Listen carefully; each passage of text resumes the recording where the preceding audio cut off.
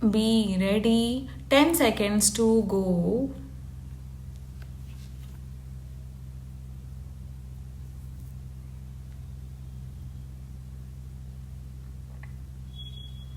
Start.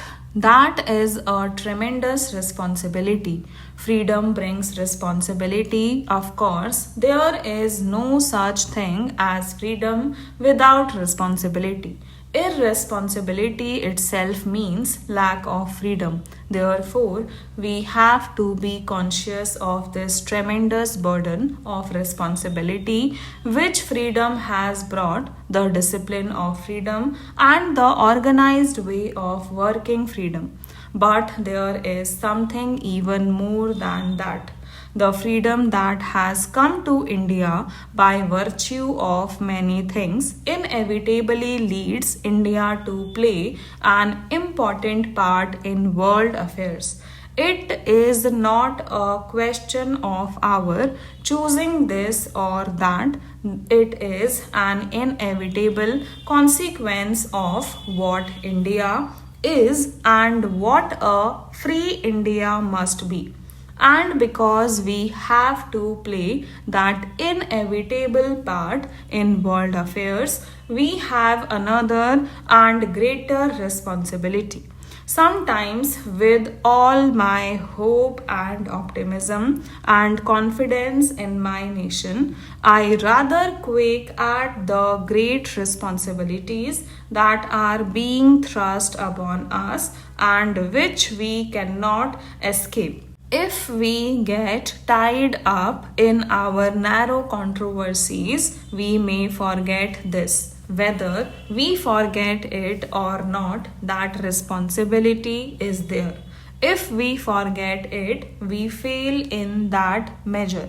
Therefore, I would beg of this House to consider these great responsibilities that have been thrust upon India and on us in this house because we represent India in this as in many other spheres and to work together in the framing of the Constitution, always keeping that in view, for the eyes of the world are upon us and the hopes and aspirations of a great part of the world are also upon us.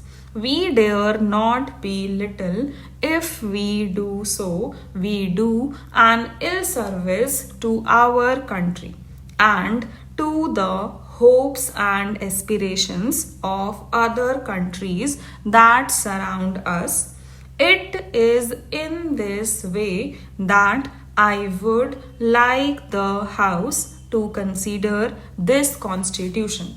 First of all, to keep the objectives resolution before us and to see how far we are going to act upon it, how far we are going to build up, as we said in the resolution, an independent sovereign republic where in all power and authority of the sovereign independent India, its constituent parts and organs of government are derived from the people and wherein shall be guaranteed and secured to all the people of India justice, social, economic and political equality of status, of opportunity, and before the law, freedom of thought, expression, belief, and worship.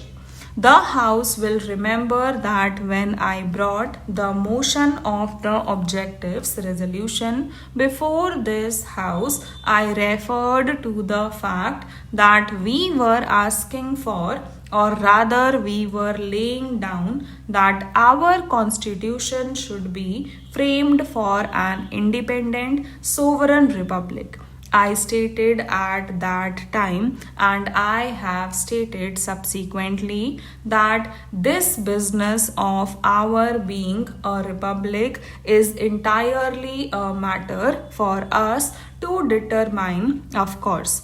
It has little or nothing to do with what relations we should have with other countries, notably the United Kingdom or the Commonwealth that used to be called the British Commonwealth of Nations.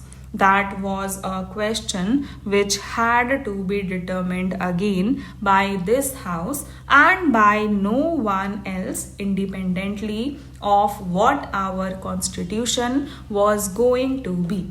I want to inform the House that in recent weeks, when I was in the United Kingdom, this subject and allied subjects came up for private discussion. There was as no public discussion or decision because the Commonwealth Conference, which I attended, did not consider it at all in its sessions. Inevitably, these were private discussions because it is a matter of high moment not only for us but also for other countries as to what, if any, relation we should have, what contacts, what links we should bear with these other countries.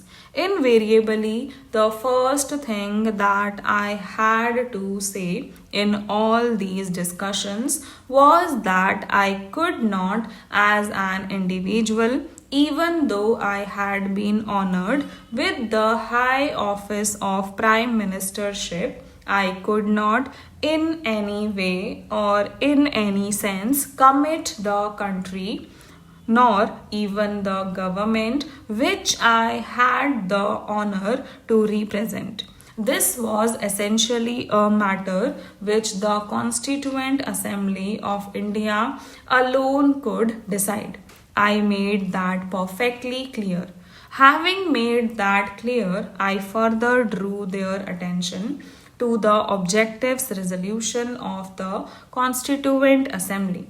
I said it was, of course, open to the Constituent Assembly to vary that resolution as it could vary everything else because it was sovereign in this and other matters. That was the direction which the Constituent Assembly had given itself and to its Constitution Drafting Committee, and as long as it remained as it was, the Constitution would be in terms of the objectives resolution.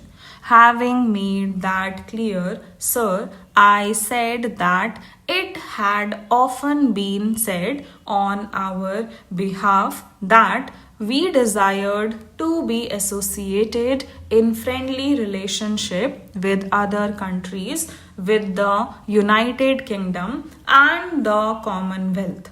That is all I wish to say about the matter because in the course of the session this matter will come up. Stop